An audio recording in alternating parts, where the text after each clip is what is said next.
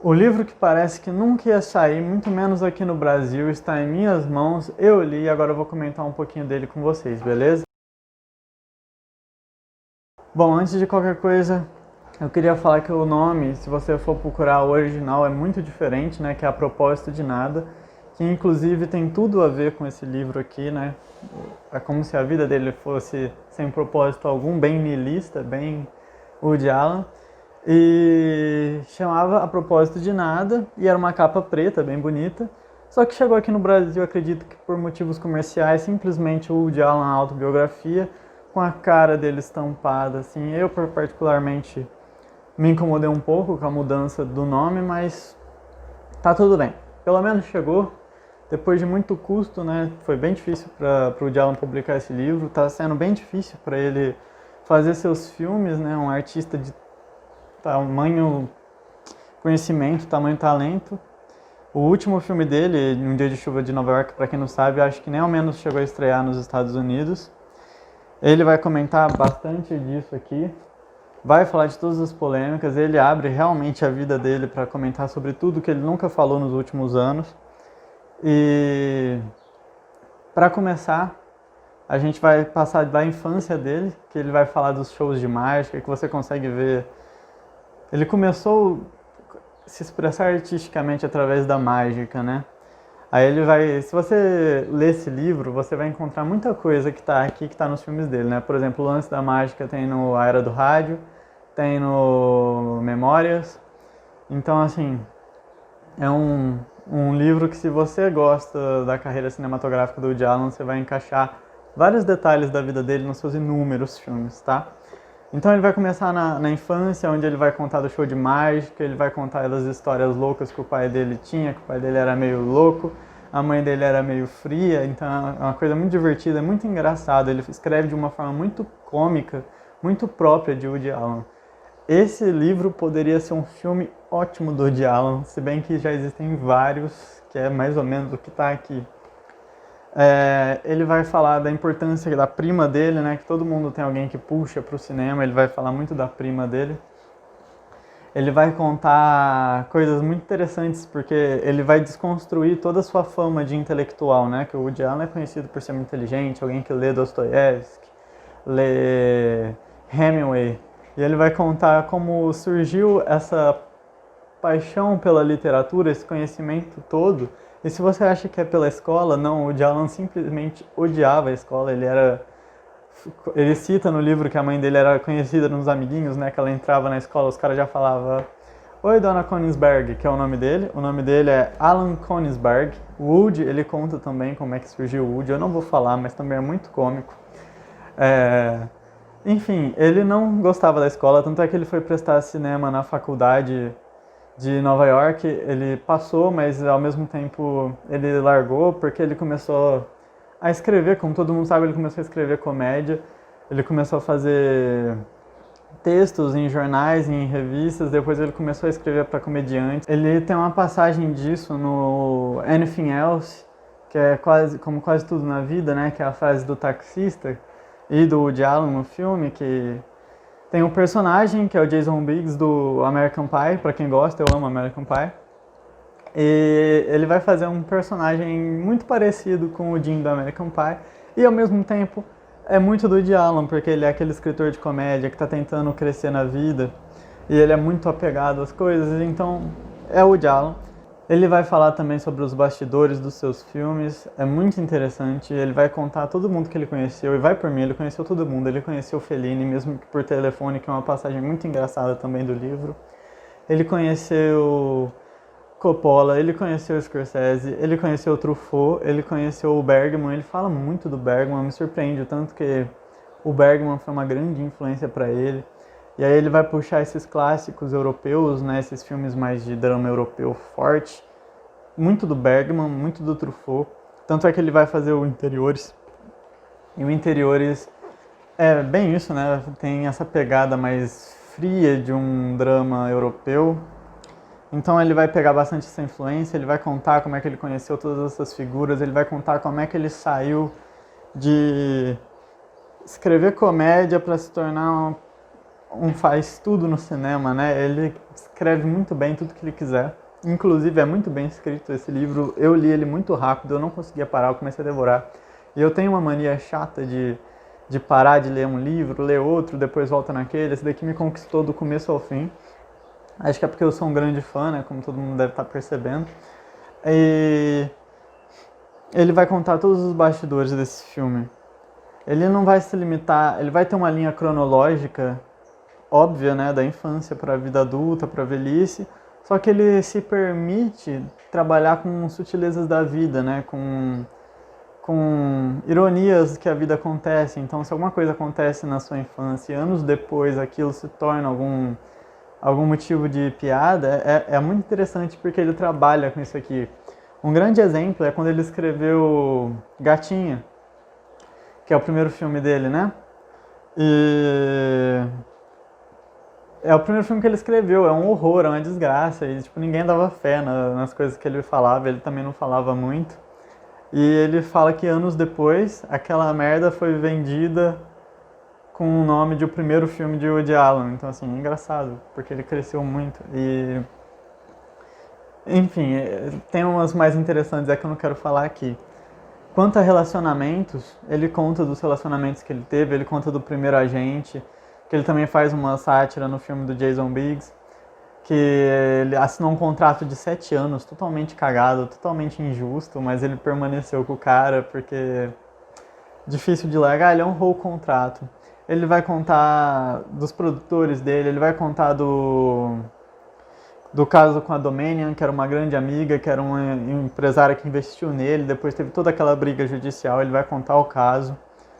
Ele vai contar os casos amorosos, ele vai contar inclusive todos os casos realmente de amor que ele teve, os romances da vida do Woody Allen, e para um cara feio desse, ele viveu bem. Para quem tem essa carinha aqui, ele viveu muito bem no sentido de romance, apesar de ser sempre um desastre. Qual é a graça do romance se ele não for um desastre? E ele mesmo brinca, né, que ele fala que a vida dele não ia ter graça nenhuma se não fosse todas as complicações que ele teve no ramo do amor. Então ele vai falar da primeira esposa, que foi um casamento meio precipitado, mas que acabou em bons termos. Ele vai falar também da Louise Lesser. A Louise Lesser me surpreendeu, porque eu não sabia o peso que ela tinha na vida do Woody Allen. Enquanto eu li o livro, eu comecei a me perguntar várias vezes se Louise Lesser não era ou não é o grande amor da vida do Woody Allen. Ele fala muito da Sun-Ni. Quando ele fala da Sun-Ni, ele fala tipo com todos os detalhes. Eu achei muito interessante, inclusive, a homenagem do livro que ele dedica para ela. Então é muito, muito engraçado. Você vê que o poder de pensamento, de escrita do cara é legal logo na dedicatória. Para Sun-Ni, a melhor. Ela comia na minha mão, então me dei conta de que tinha perdido o braço. Ele fala com muito carinho dela, ele conta todos os detalhes do começo da relação com ela, de como é a relação com ela hoje, de quem é a Sun-Ni, e principalmente ele fala muito da Mia Farrow, o que me surpreende, porque ele não poupa elogios para ela, na mesma medida que ele não poupa críticas para a Mia Farrow. Ele vai contar todo o processo... Ele vai contar todo o processo judicial, ele vai contar como que ela descobriu do caso que ele tinha com a filha dela. E é muito importante ressaltar que a Sun-Ni era filha dela, com outro cara, adotada. A Sun-Ni nunca teve relações muito fortes com o Woody Allen antes deles começarem a sair efetivamente. E ele deixa isso muito claro. Ele vai falar todos os problemas da família da Mia Farrow, ele vai falar do problema do pai, do irmão, ele vai contar dos filhos, ele vai usar muito o Moses, que para quem não sabe, o Moses é o outro filho adotivo, assim como a Sun-Ni da Mia Farrow, e o Moses vai falar de como era complicada aquela relação naquela casa, tanto é que ela teve filhos que se suicidaram. Então a Mia Farrow não era querida pelos filhos adotivos, porque ela fazia um pouco pela mídia aquilo, né, o ato da adoção, para ela sair legal, para ela sair bem. E o que mostra a ironia de hoje em dia, né? Todo mundo querendo parecer legal na mídia. Ele vai contar das pessoas que trabalharam com ele e falaram que se arrependeram e doaram dinheiro para caridade. Sendo que o caso de abuso com a Dylan, que ele prova, ele mostra todas as provas da polícia, de investigações sérias, de que a menina não foi abusada e que ela foi sim, de qualquer forma, a grande vítima dessa tragédia toda. Eu não vou ficar entrando em detalhes aqui, porque você tem que ler, você tem que ouvir as palavras dele, que após tantos anos ele finalmente falou de uma maneira íntima, de uma maneira muito próxima com a gente. Ele falou, ele conta tudo. E ele fala que a verdadeira vítima foi a Dylan, de qualquer forma, e critica muito como que a Mia Farrow agia com os seus filhos adotivos, né? E voltando para o lance da mídia, o caso todo, né, que explodiu foi lá, terminou em 92, e hoje tá todo mundo querendo pagar de legal na mídia depois de ter feito filme com ele em 2019, 2018. Então, um pouco de hipocrisia para parecer legal. Ele fala muito dos problemas do show business, ele fala dos problemas de Hollywood, ele fala por que ele não foi receber os Oscars dele, ele fala o desprezo que ele tem pelas premiações. E é um assunto que eu e o Caio conversava muito, que o Caio abriu meu olho também, que essas premiações são meio inúteis, meio porcas, é muito midiático, é muito troca de favores e nunca acaba premiando um filme realmente porque ele é bom, acaba premiando porque o criador estava lá, porque falaram algo na mídia, porque ia ser legal, porque ia vender comercial e nunca porque realmente o filme é bom. Então o Woody Allen fala muito mal das premiações. Ele fala, inclusive, isso no filme Memórias, e ele fala que Memórias foi interpretado mal porque ele nunca quis mostrar ele, mas de qualquer forma, mesmo lendo o livro, mesmo ele falando, eu ainda acho que Memórias é sobre o Woody Allen, e foda-se. E ele fala sobre Manhattan, ele fala sobre o contrato com a United Artists, ele fala sobre os filmes mais novos, ele fala todos o seu processo de filmagem, que ele chama de responsável e porco, porque ele brinca, né, que ele já trabalhou com outros diretores, que ele mesmo atuando, ele chegava e o diretor sabia tudo o que iria acontecer do começo ao fim, né? Aquele clássico diretor bem organizado, que é o oposto do que o Woody Allen diz ser. Ele diz que ele chega, vê o que ele sente que vai ser melhor, qual ângulo de câmera ele vai sentir que é melhor na época, vai ter na hora, vai ter um diretor de fotografia. Ele não deixa de tecer vários elogios ao Santo Locasto, que é o produtor designer dele, né?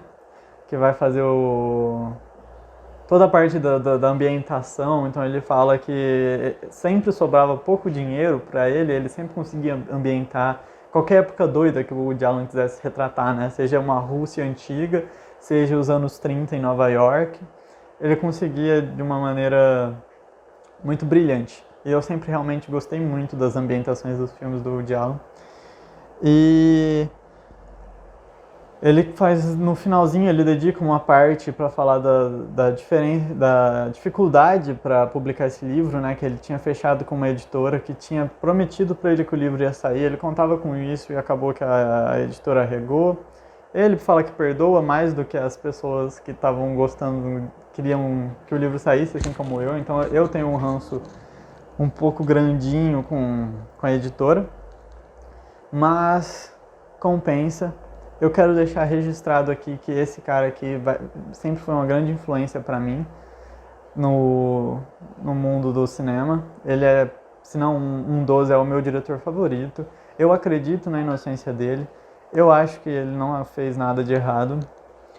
E gostaria muito de continuar vendo filmes dele por muitos mais anos aí. E é isso. Leiam um livro, vocês vão gostar. É uma vida sensacional que esse cara viveu, que conheceu todo mundo, ganhou muita coisa na sorte. E, porra, mano, é o Woody Allen, cara. É muito bom. Não esquece de curtir, compartilhar. E comenta aí embaixo o que vocês acham do caso. Vocês acham que ele é inocente? Vocês acham que ele é culpado? Fala aí pra mim o que vocês acham. Valeu!